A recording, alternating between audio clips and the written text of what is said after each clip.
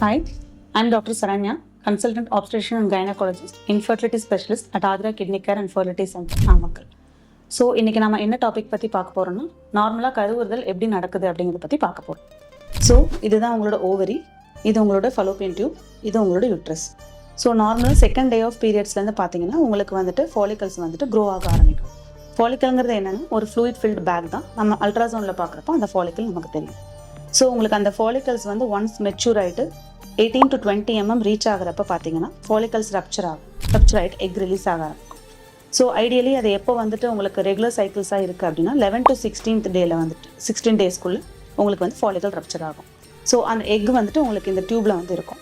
So ideally இந்த டைமில் நீங்கள் வந்துட்டு ரிலேஷன்ஸ் வச்சுக்கிட்டிங்கன்னா ஸ்பெர்ம் வந்து வெஜினால இங்கே டெபாசிட் ஆகும்.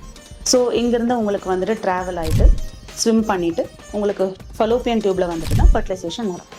ஸோ ஒன்ஸ் ஃபர்டிலைசேஷன் நடந்தப்புறம் பார்த்தீங்கன்னா அந்த எம்ப்ரியோ வந்துட்டு உங்களுக்கு திரும்பி 3 to 5 daysக்குள்ளே ட்ராவல் ஆகிட்டு கேவிட்டிக்குள்ளே வந்து இம்ப்ளான்ட் ஆகும்.